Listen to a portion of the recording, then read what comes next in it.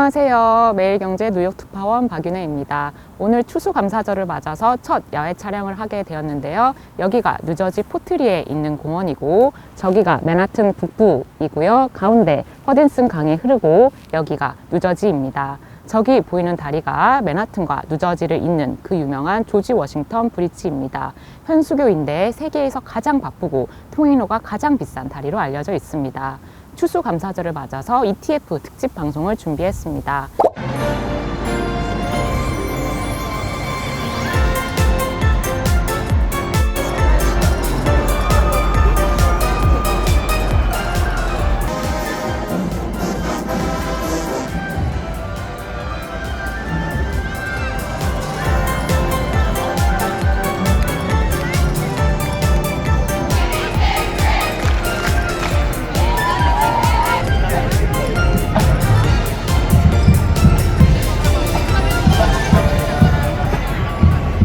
ETF는 30년 정도의 짧은 역사를 가졌지만 거래량은 개별 종목을 능가하는 등 주식, 채권, 펀드와 어깨를 나란히 하는 투자 상품입니다.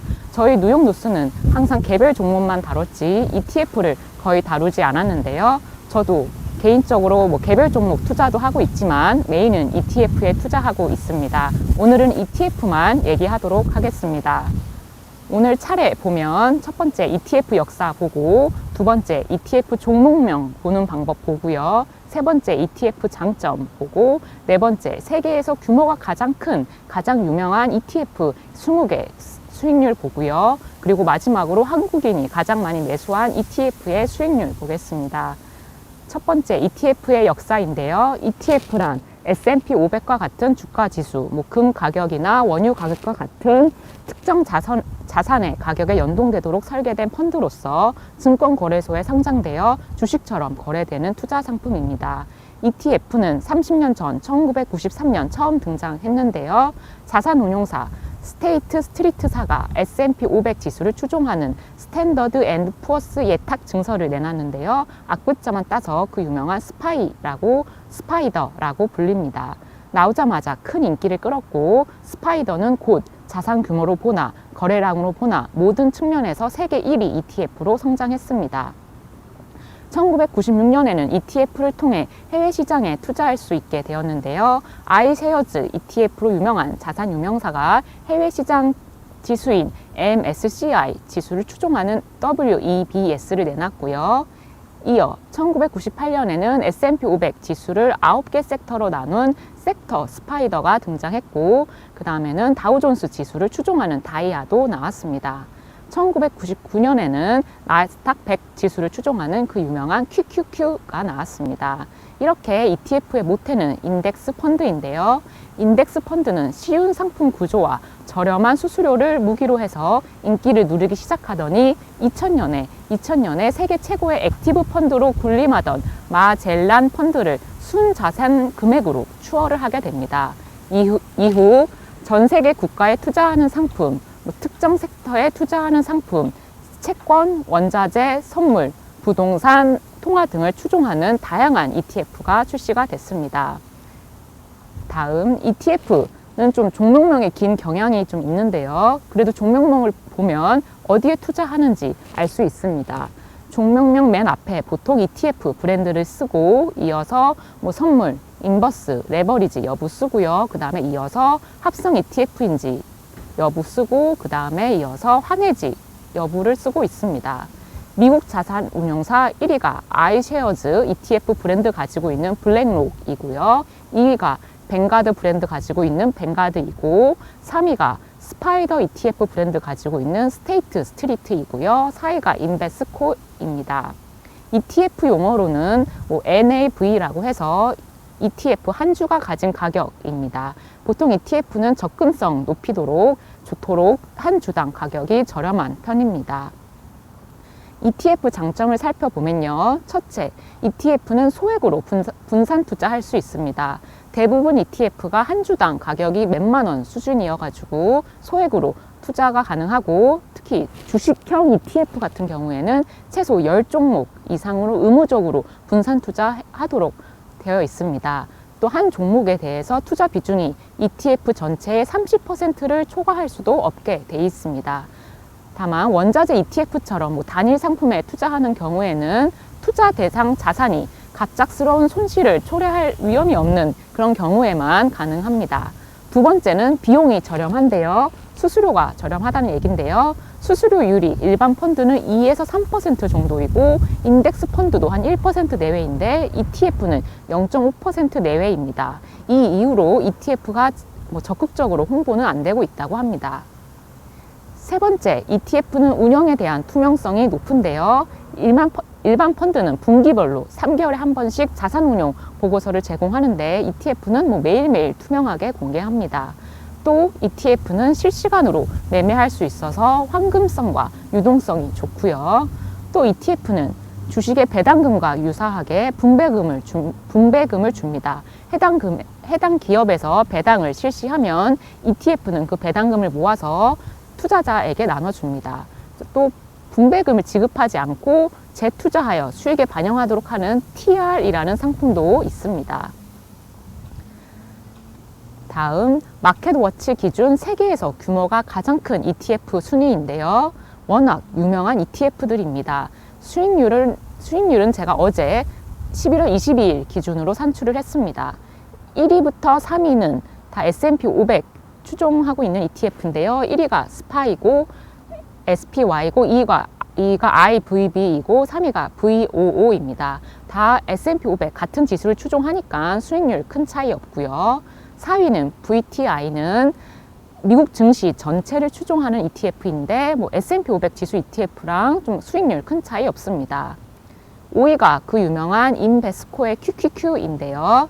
나스닥 100을 추종하는 지수인데 10개 ETF 가운데 기간을 떠나서 수익률 단연 제일 높습니다. 역시 올해 빅테크 위주로 수익률이 가장 좋았기 때문이고요. 그래서 QQQ의 1개월 수익률이 이제 9.55%로 가장 높고 3개월 수익률도 이제 8.63%로 제일 높고요. 또 올해 들어서 무려 46.52%로 가장 높고요. 3년 수익률도 10.86%로 가장 높습니다. 그 다음에 6위부터 8위가 모두 뱅가드 건데요. 6위 VEA는 Developed Market, 선진시장, 그러니까 미국을 제외한 선진시장, 선진국에 투자하는 ETF이고요. 7위 VTB는 미국 가치주에 투자하는 최대 ETF인데 올해 들어 수익률이 2.6%로 이렇게 썩 좋지 않고요. 8위 BND는 전 세계 채권에 투자하는 ETF인데요. 8위에 처음으로 채권에 투자하는 ETF가 나왔는데 BND 수익률 좀 저조한 편입니다. 올해 들어서도 1.18%밖에 안 되고 3년 수익률은 마이너스 7% 밖에 안 됩니다. 9위랑 10위는 모두 iShares 브랜드를 쓰는 블랙록 거인데 9위 IEFA는 미국과 캐나다를 제외한 북미를 제외한 선진시장 주식으로 구성된 MSCI EAFE 그 이름에도 나와 있듯이 이 지수를 추종하는 ETF이고 10위 AGG는 두 번째로 큰 채권 ETF인데 미국 채권에 투자하는 ETF입니다. 역시 수익률이 썩 좋지 않아서 8위 BND와 비슷하게 안 좋습니다. 다음에 이어서 다음 화면 세계 톱 10위부터 20위까지 보면요. 11위랑 12위 수익률이 높은데요. 11위 VUG는 미국 대형 기술주에 투자하는 ETF인데 올해 들어 수익률이 40%이고요. 12위 IWF는 미국 중소형 러셀 지수 ETF로 미국 기술주에 투자하는 ETF인데 대형 기술주 11위 VUG랑 수익률이 큰 차이가 없습니다. 그래서 다음 화면 11위랑 12위 주요 구성 종목 보니까 빅테크로 거의 비슷합니다.